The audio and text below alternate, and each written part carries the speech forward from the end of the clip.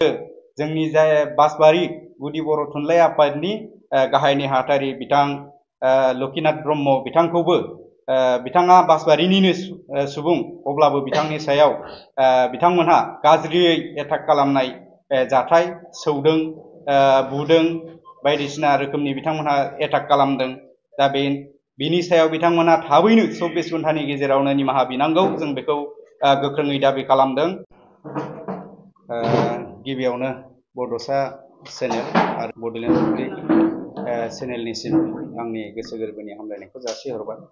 दा दिनै बेयाव जोङो मोनसे रायजो राजाफोरनिसिम मैयानि जाथाय जे बासबारियाव आदानि कम्पानिखौ लानानै जे जानाय जाथाय बे जाथायनि सायाव जोङो क'क्राझार जिल्ला माहारियारि आफाद मोनब्रै माहारियारि आफादा खौसेयै बर'फोरनि मोनफ्रोमबो अलखद समाव बाहागो लाग्रा माहारियारि आफाद हिसाबै जोङो मैयानि समाव बाहागो लाहैदोंमोन आरो बे बाहागो लाहैनाय समाव माखासे थासारि जोंनि गेजेराव सोमजिदों। दा बे थासारिनि सायावनो जों क्लियारिफिकेसन होथारनांगोन होननानै दिनै मंगला जरानि बे जोंनि जिल्ला बर' थुनलाइ आफादनि मावख'आव जों लिंथुमनाय जादों। बावैसो सिगां जोंनि जिल्लानि आफादगिरि बिथाङा माखासे क्लियारिफिकेसनखौ होबाय। दा आं बिनि सायाव माखासे नैबे थालांनाय माबाखौहाय आं थोंजोङै बुंनो सानदों। दा जाथाया जाहैबाय जोङो बै फाग्लिजरा पार्ट 2 आव जाथाय जानाय जायगायाव थांनानै मोजां गाज्रि खौरां लानो होननानै जोङो गिबियावनो बै गामिनि गावबुरा बिथां सनेन्द्र ब्रह्म बिथाङा बासबारि गावबुरा सन्थानिबो आफादगिरि आरो लोगोसे कापुर सिं ब्रह्म फाग्लिजरानि गावबुरा बिथांजों जोङो माने एपइन्टमेन्ट लाखानाय जादों। दा एपइन्टमेन्ट लानाय बायदि बिथाङा 1 घन्टानि उनाव गामियावनो मोनसे रायलायनायनि पिन पइन्टखौ होदों जोंनो। दा बे हिसाबै जोङो गामियाव थांनानै थाहैदोंमोन आरो दा गामियाव थांनायनि उनाव नुहैबाय बिथांमोनहा मोनसे जायगायावहाय माने आलदा टीमजों बासबारियाव आलदा टीमजों सावरायगासिनो दं। बिथांमोनहा बुंबाय नोंथांमोनजों 1 घन्टानि उनाव सावरायगोन। दा बे हिसाबै जोङो मोनसे जायगायाव सासे मानसिनि न'खराव जोङो दै लोंथावथाव जिरायनानै थानाय समाव माने थासारिया एसे गाज्रि जादों। दा बेनिफ्राय जेब्लानाखि जोंखौ बै गामिनि सेंग्राफ्रा मथथे 30-40 जनसो थांनानै जोंखौ माने सावरायनाया बेयाव जाया बासबारियावसो जागोन होननानै जोंखौ हांख्रायनानै लाबोयो। मोजां रावजोंनो बिथांमोनहा हांख्रायनानै लाबोदों।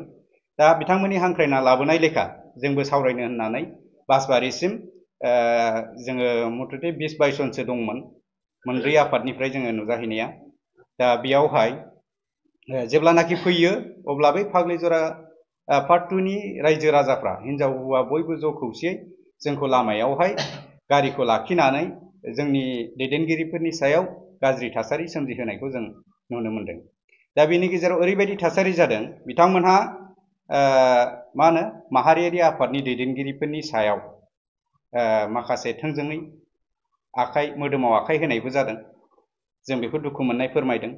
दा बे मोनसे आरो मोनसेया जाहैबाय बिथांमोनहा जे माहारियारि आफादखौ मोजाङै बुजियालासे थोंजोङै लाइभ फेसबुक पेजनि गेजेरजों लाइभ होनानै बड'सा ब्रह्म फेसबुक पेजआ आफादखौ सिखाव हमजाबाय होननानै बिथांमोना फोरमायदों ससियेल मिडियानि गेजेरजों। जों बेखौ निन्दा खालामो।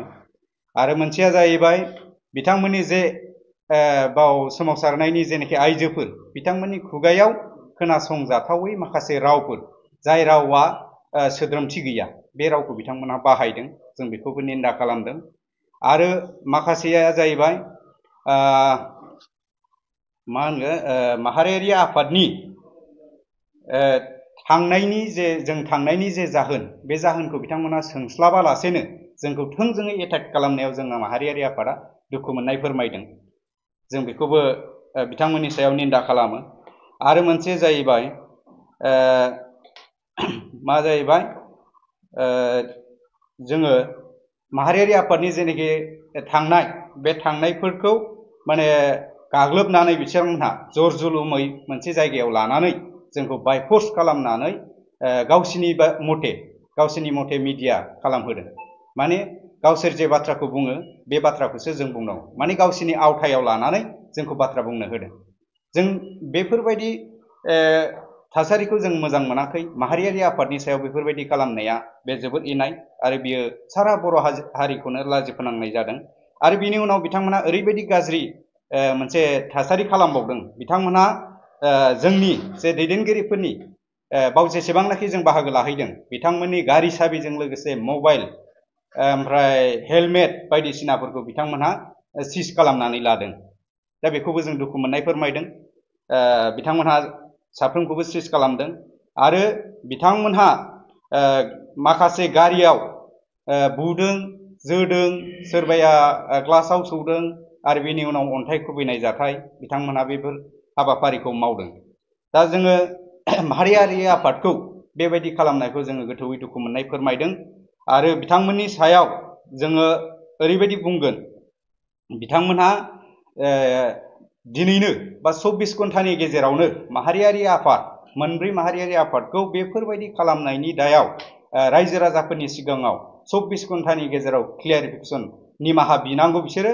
आरो निमाहा बियाबा जों मोनब्रै माहारियारि आफादा बिथांमोननि सायाव माखासे आयेननि राहा लानाय जागोन। आरो आं थोंजोङै स्पेसियेलि नैबे बड'सा ब्रह्म फेसबुक पेजखौ आं खावलायहरनो लुबैदों। बिथां बड'सा ब्रह्म फेसबुक पेजआ स्पेसियेलि बियो जोंनि माहारियारि आफादखौ सिखाव दाखायत होननायनि थाखाय बियो निमाहा बिनांगौ। आरो बिथाङा जोंखौ मबे बिथिङाव मबे नोजोरजों सिखाव नुदों माहारियारि आफादखौ बेखौ क्लियारिफिकेसन होनांगौ। दा बिथाङाबो निमाहा बियाबा जों बिथांनि सायावबो आयेननि राहा लानाय जागोन।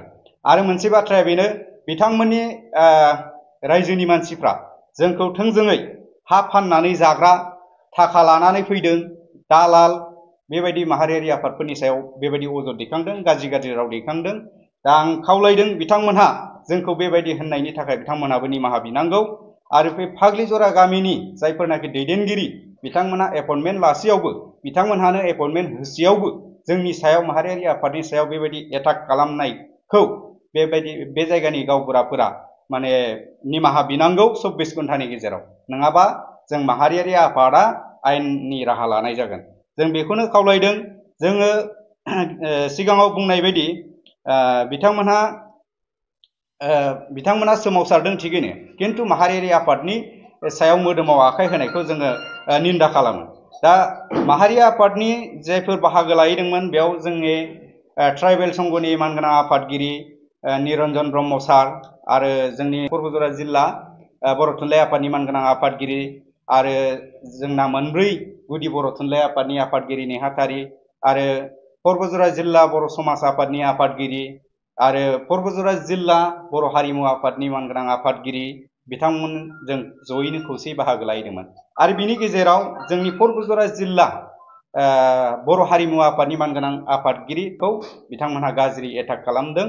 बिथांमोनहा बिनि थाखाय निमाहा बिनांगौ। आरो जोंनि जाय बासबारि गुदि बर' थुनलाइ आफादनि गाहाय नेहाथारि बिथां लकिनाथ ब्रह्म बिथांखौबो, बिथाङा बासबारिनिनो सुबुं, अब्लाबो बिथांनि सायाव बिथांमोनहा गाज्रियै एटाक खालामनाय जाथाय, सौदों, बुदों, बायदिसिना रोखोमनि बिथांमोनहा एटाक खालामदों। दा बिनि सायाव बिथांमोनहा थाबैनो 24 घन्टानि गेजेरावनो निमाहा बिनांगौ, जों बेखौ गोख्रोङै दाबि खालामदों। आरो जाहाथे माहारियारि आफादफोरनि सायाव बेफोरबायदि इनाय हाबाखौ बिथांमोना इनाय हाबा मावनायखौ दिनैनिफ्रायनो गारथों आरो माहारियारि आफाद बा बर' समाजजों बिथांमोना गोरोबना थानायखौ जों लुबैयो। दा आं बेखौनो खावलायबाय। जोबथारनायाव जोङो 24 घन्टा बे टाइमखौ जों नेनानै थाबाय आरो 24 घन्टानि गेजेराव जों बिथांमोननिफ्राय निमाहा बिनाय मोनसे रादाब मोनाब्ला जोङो माहारियारि आफाद मोनब्रै आफादा जों थोंजोङै बेखौहाय आयेननि राहा लानाय जागोन। आं बेखौनो फोरमायहरबाय।